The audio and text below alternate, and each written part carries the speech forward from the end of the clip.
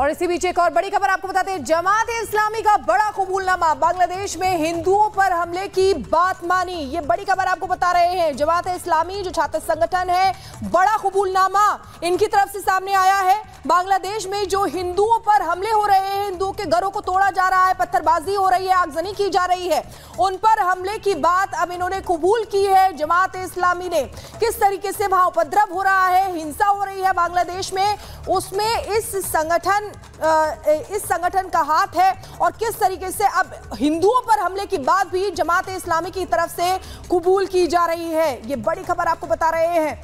बांग्लादेश में हिंदुओं पर हमले की बात मानी है। जब से वहां से शेख हसीना निकली हैं, उसके बाद से हालात और भी बद से बदतर होते जा रहे हैं। कई ऐसी तस्वीरें सामने आई बांग्लादेश से जो शर्मसार कर देने वाली थी, लेकिन फिर भी अब देखिए हिंदुओं पर भी हमले लगातार हो रहे हैं। मंदिरों को निशाना बनाया जा रहा है, काली मंदिर को निशाना बनाया गया, इस्कॉन टेम्पल को निशाना बनाया गया और इसकी बात जमात-ए-इस्लामी ने कबूल की है। तो वहां का कट्टरपंथी संगठन ये मान रहा है कि पहले वहां पर भड़काऊ भाषण हुआ और उसके बाद हिंदुओं को टारगेट किया गया। बांग्लादेश से जुड़ा हर अपडेट आपको देते रहेंगे, लेकिन फिलहाल आपको देश और दुनिया की खबर दिखाते हैं 2 मिनट भारत में।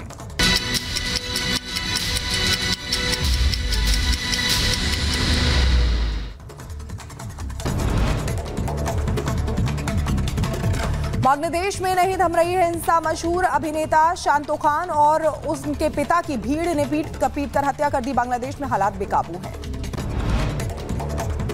बांग्लादेश में हिंदू गांवों पर प्रदर्शनकारियों का हमला, चटगांव जिले में की गई आगजनी, कई घरों में लगाई गई आग। त्रिपुरा के दौरे पर जाएंगे बीएसएफ डीजी दलजीत चौधरी। सीमा सुरक्षा को लेकर करेंगे बैठक। बांग्लादेश के हालातों को लेकर होगी विस्तार से चर्चा। बांग्लादेश में काली माता मंदिर पर हमले का नया वीडियो आया सामने। ठाकुरगांव जिला के पीरगंज में हुआ हमला, मंदिर में तोड़फोड़ के बाद लगाई गई आग। बांग्लादेश में न्यूज चैनल पर हमला, न्यूज चैनल के दफ्तर में घुसे उपद्रवियों ने जमकर की तोड़फोड़। बांग्लादेश में हिंदुओं पर हो रहे अत्याचार पर बोले पंडित धीरेन्द्र कृष्ण शास्त्री, हिंदुओं के लिए हमें देश के द्वार खोल देने चाहिए, लोगों से की हनुमान चालीसा पढ़ने की अपील। पेरिस ओलंपिक में कांस्य पदक जीतने के बाद आज भारत लौटेंगी मनु भाकर। स्वागत के लिए दिल्ली एयरपोर्ट पहुंचे मनु के माता पिता। दिल्ली के द्वारका मोड़ पर नकाबपोश बदमाशों ने की लूटपाट, पैथोलॉजी लैब को बनाया निशाना, लैब कर्मचारी को चाकू मारकर किया जख्मी। मथुरा में एसटीएफ की बड़ी कार्रवाई, 1 लाख के इनामी को मुठभेड़ में ढेर किया। फरह थाना क्षेत्र में हुई मुठभेड़ में मारा गया पंकज यादव। उत्तर प्रदेश के कुशीनगर में धर्मांतरण का मामला, इब्राहिम अंसारी ने हिंदू नाम रखकर की शादी, विवाह के बाद धर्म परिवर्तन का बनाया दबाव। जम्मू कश्मीर में बड़ी साजिश नाकाम, सेना ने आतंकियों के समूह को घेरा। बसंतगढ़ के जंगलों में छिपे 4 आतंकवादियों को घेरा, इलाके की घेराबंदी कर सर्च ऑपरेशन जारी। प्रयागराज में बारिश की वजह से हाल बेहाल, हनुमान मंदिर के अंदर तक घुसा पानी, भक्तों को करना पड़ रहा है परेशानियों का सामना।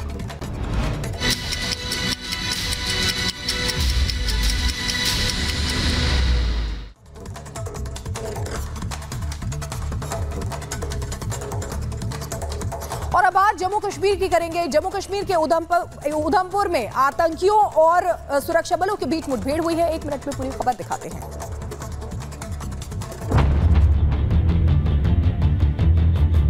जम्मू कश्मीर में एक बार फिर आतंकियों और सुरक्षा बलों के बीच मुठभेड़ शुरू हो गई है। जानकारी के मुताबिक ये मुठभेड़ उधमपुर जिले के बसंतगढ़ में चल रही है। इसमें सेना और प्रदेश पुलिस की संयुक्त टीम ने आतंकियों के खिलाफ अभियान चलाया हुआ है। शुरुआती जानकारी के मुताबिक यहां 2 से 3 आतंकी फंसे हुए हैं। सुरक्षा बलों ने पूरे इलाके की घेराबंदी कर दी है। इससे एक दिन पहले ही अनंतनाग में सुरक्षा बलों ने आतंकियों के 3 मददगारों को गिरफ्तार किया था। इनसे हथियार और गोला बारूद की बरामदगी हुई है। पकड़े गए आतंकी मददगारों की पहचान दाऊद अहमद डार, इम्तियाज अहमद रेशी और शाहिद अहमद डार के तौर पर हुई है। तीनों हसनपोरा तवेला के निवासी हैं। जम्मू कश्मीर में सेना लगातार आतंकियों के सर्वनाश में जुटी है। पाक की नापाक साजिशों का खात्मा अब तय है। Bureau report, Republic Bharat. और अब बात उत्तर प्रदेश के मथुरा की, जहां पर एसटीएफ ने 1 लाख के इनामी बदमाश को ढेर कर दिया, जिसका नाम पंकज यादव। और ये पंकज यादव दरअसल माफिया मुख्तार के साथ साथ कई और माफियाओं के लिए भी काम करता था। कैसे हुआ ढेर, इस रिपोर्ट में देखिए। यूपी के मथुरा में माफिया मुख्तार के शार्प शूटर को एसटीएफ ने एनकाउंटर में ढेर कर दिया। पुलिस ने बताया कि पंकज यादव बाइक से जा रहा था। पुलिस ने उसे रोकने की कोशिश की तो उसने फायरिंग कर दी। जवाबी कार्रवाई में पुलिस के जवानों ने भी पंकज यादव पर गोलीबारी की, जिसमें 1 लाख का इनामी बदमाश मारा गया। लेकिन पंकज यादव का साथी मौके का फायदा उठाकर भागने में कामयाब रहा। घटना सुबह करीब 4 बजे मथुरा आगरा हाईवे पर फरहाद थाना क्षेत्र में हुई। पुलिस ने बदमाश पंकज यादव के पास एक पिस्टल, रिवॉल्वर, कारतूस और बाइक बरामद की है। पंकज यादव मन्ना सिंह हत्याकांड के गवाह पुलिसकर्मी की हत्या का मुख्य आरोपी था, जिस पर 1 लाख का इनाम रखा गया था। बदमाश के ऊपर हत्या, लूट, डकैती और रंगदारी समेत कई 40 मुकदमे दर्ज थे। एसटी शीटर को पकड़ने के लिए पुलिस लंबे समय से दबिश दे रही थी। पुलिस ने जानकारी दी कि पंकज यादव माफिया मुख्तार अंसारी, शहाबुद्दीन और मुन्ना बजरंगी गैंग का शार्प शूटर रहा है। Bureau report, Republic Bharat.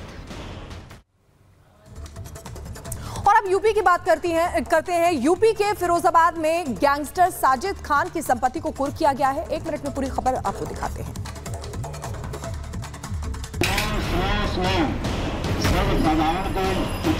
योगी राज में अपराध और अपराधी की कोई जगह नहीं है। जीरो टॉलरेंस नीति के तहत काम करने वाली योगी सरकार और पुलिस हर गैंगस्टर और अपराधी को चुन चुन कर उनका सफाया कर रही है। उनके अवैध संपत्ति पर कानून के तहत शिकंजा कस रही है। यूपी के फिरोजाबाद में एक हिस्ट्री शीटर और गैंगस्टर साजिद खान की पुलिस प्रशासन ने संपत्ति कुर्क की। इसके लिए बाकायदा ढोल बजाकर मुनादी भी की गई और 37 लाख की संपत्ति जब्त की। आज के बाद से यह संपत्ति सरकारी हो गई। आज के बाद यदि कोई भी व्यक्ति इस संपत्ति को खरीदता है या बेचता है तो उसके विरुद्ध कानूनी कार्रवाई की जाएगी। साजिद खान एक कुख्यात गैंगस्टर है। उसके खिलाफ कई थानों में 20 से ज्यादा केस दर्ज हैं। ये कोई पहली बार नहीं है कि इससे पहले भी पुलिस गैंगस्टर साजिद खान की 2 करोड़ 93 लाख की संपत्ति जब्त कर चुकी है। शिखा शर्मा और इस बुलेटिन में मेरे साथ मेरी सहयोगी गायत्री भी रहने वाली है। लेकिन मॉर्निंग प्राइम टाइम में सबसे पहले बात करेंगे बांग्लादेश की कि किस तरीके से बांग्लादेश में हिंदुओं को निशाना बनाया जा रहा है।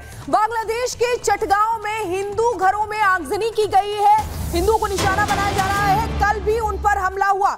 ये बड़ी खबर आपको बता रहे हैं। और इसी बीच आपको बता दें, शेख हसीना के अगले ठिकाने पर सस्पेंस जो है वो बरकरार है। शेख हसीना के अगले ठिकाने पर सस्पेंस बरकरार है। भारत में रुकेंगी या कहीं और जाएंगी ये तय नहीं है। फिलहाल हिंडन एयरबेस पर शेख हसीना है। ये एक और बड़ी खबर आपको बता रहे हैं। शेख हसीना के अगले ठिकाने पर सस्पेंस भी बरकरार है। इधर देखिए, बांग्लादेश में हालात जो है वो बद से बदतर होते जा रहे हैं, लगातार बिगड़ते जा रहे हैं। इसी बीच आपको बता दें कि इस तरीके से हिंदुओं के घरों को निशाना बनाया जा रहा है। अब शेख हसीना की बात करें तो देखिए, शेख हसीना के अगले ठिकाने पर भी सस्पेंस बरकरार है।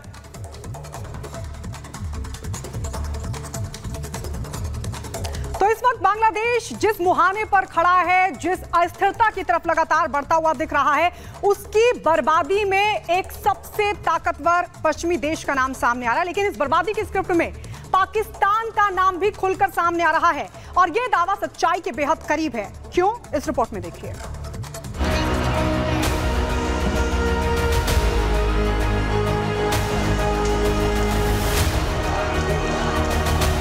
बांग्लादेश में जिस नाटकीय ढंग से तख्ता पलट हुआ उसने पूरी दुनिया को हैरान कर दिया। सीधे तौर पर देखें तो इसके पीछे आरक्षण मुद्दा बताया गया, लेकिन महज 3 दिनों के अंदर बांग्लादेश में जो भी कुछ हुआ उसे देखते हुए ये सवाल उठ खड़े हुए हैं कि क्या इसके पीछे कोई बड़ी साजिश है।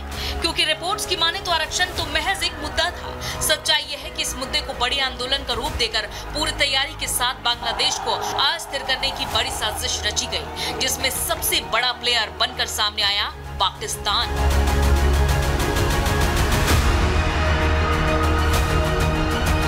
और इस दावे के सच होने की सबसे बड़ी वजह है कि बांग्लादेश में जैसे ही सत्ता की चूल्हे हिली, शेख हसीना देश छोड़कर गई, पाकिस्तान में खुशियां मनाई जाने लगी, जो कहीं न कहीं इस बात का संकेत है कि बांग्लादेश में अराजकता के पीछे पाकिस्तानी हाथ ही है।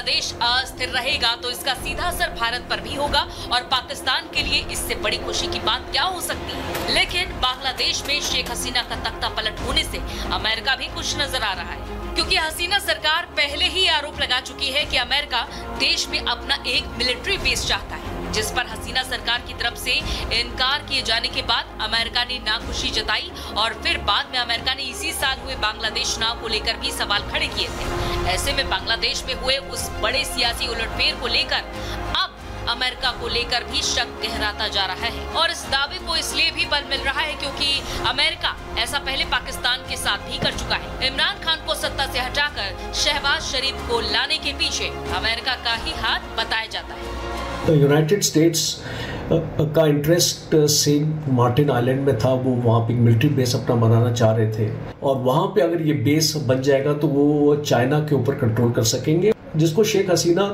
ने मना कर दिया। कुल मिलाकर बांग्लादेश में हुए सियासी उलटफेर को